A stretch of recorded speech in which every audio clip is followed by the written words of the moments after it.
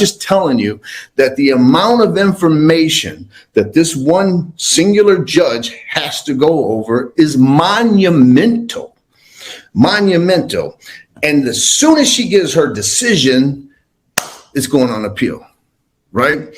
She rules in favor of the SEC. Ripple is ready. I said from the beginning, Ripple's summary judgment brief is written for the appellate courts. And so she knows Ripple's appealing. If she rules in favor of the SEC is most likely going to file a notice of appeal. Maybe they file a notice of appeal and try to negotiate with Ripple and not appeal, but it's going up. Something of this magnitude where, let's face it, this case will go to the U.S. Supreme Court. It would appear that she has a substantial amount of data to sort through. She recognizes its significance to the cryptocurrency business and is motivated to achieve optimal results. Even Deaton acknowledged that there is a significant volume of material for Judge Torres to examine. Ripple would undoubtedly file an appeal if she decides in favor of the SEC, something she is well aware of. And here's the kicker: if Ripple files an appeal and the situation continues to deteriorate, it might possibly be taken all the way to the Supreme Court. No, Judge Torres is not employed by the SEC in any capacity. Oh, and before we forget, Deaton would want to clear the air on this matter. According to Deaton, the allegation that Judge Torres had his hand in the SEC's cookie jar, which has been circulating for some time, is not true.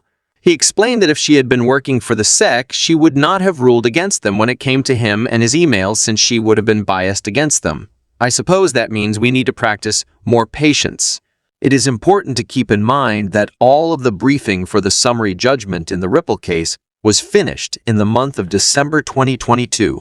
Now, after more than 6 months have passed, members of the XRP community are eagerly awaiting the judgment of the court, as well as a positive judgment in the case.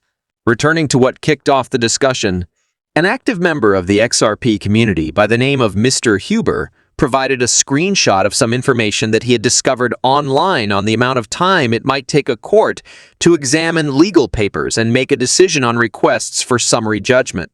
Attorney Deaton claims that Judge Torres is aware that Ripple will appeal any negative verdict, and he adds that it is possible that the matter will be taken all the way to the Supreme Court of the United States. He said that Judge Torres is taking her time to analyze the pertinent facts because she is aware that the highest-ranking justices in the United States, as well as the Second Circuit, will evaluate and interpret her ruling as soon as it is made public.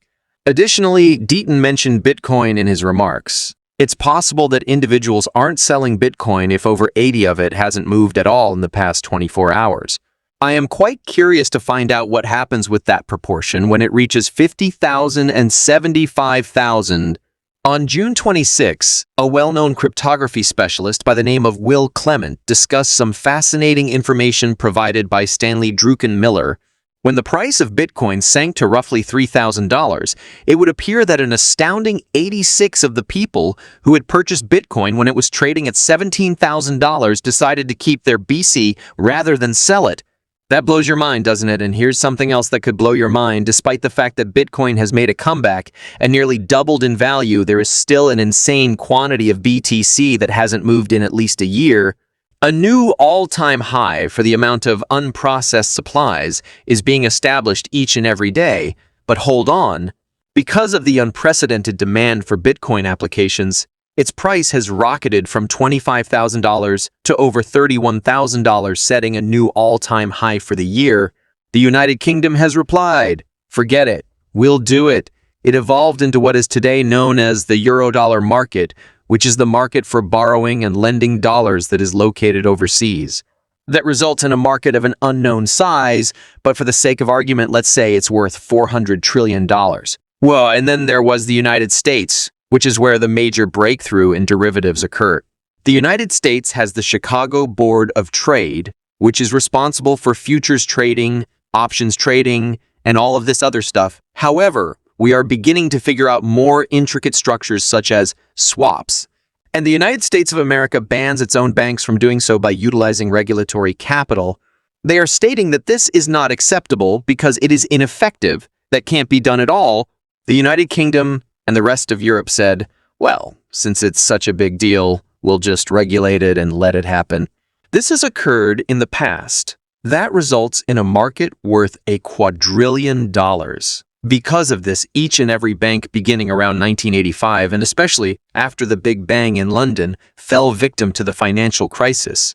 So let's say that from 1990 up until roughly 2008 or 2010, all of the major banks and their greatest activities were located in London. Therefore, Goldman Sachs's largest and most profitable operation is located in London. Merrill Lynch's headquarters in London.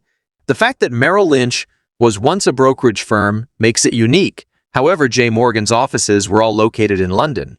If you've been keeping up with the news, then you know that the same thing is likely to happen in London. The term for this practice is regulatory arbitrage. The City of London, along with the rest of Europe, Switzerland, Singapore, Hong Kong, and Australia, is now working on putting up a fairly reasonable set of regulations for cryptocurrencies.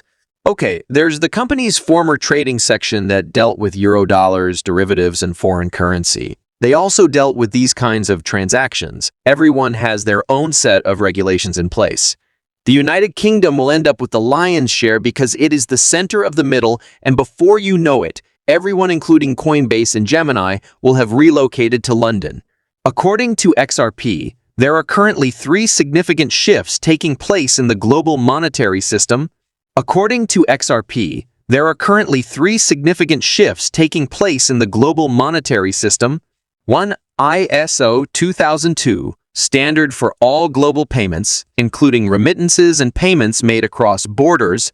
2. Rules, Basel III and 4 others involving gold-backed reserves. Gold has recently risen to the top tier of assets. The conclusion of the labor transition to SOFR, as well as the termination of a multi-decade control of the interest rates on debt. And you think that anything on a global scale is not going to be created as a result of this? How many educational facilities will be eliminated from consideration? Guys, the future has a lot of intriguing potential, and I can't wait until cryptocurrencies completely dominate the technology. John Deaton, amicus curiae, or XRP holder's lawyer in Ripple and SEC action, set his expectations for the summary judgment here. The lawyer doubted the court would postpone further. He said the summary judgment might be in 2 weeks. According to CoinGape, Ripple is winning the dispute. The court partially granted the U.S. SEC and Ripple's request. It is difficult to make an accurate prediction on the result of any legal proceeding. The matter is currently being heard, and the outcome will be determined by a number of variables, including the interpretation of applicable laws and regulations, the decision of the court, the interpretation of the Howey test by the judge, as well as the evidence that has been submitted by both parties. Even if there is conjecture and analysis coming from members of the XRP community, as well as legal professionals, the final decision lies in the hands of the court, and the result is still unknown until it has been handed down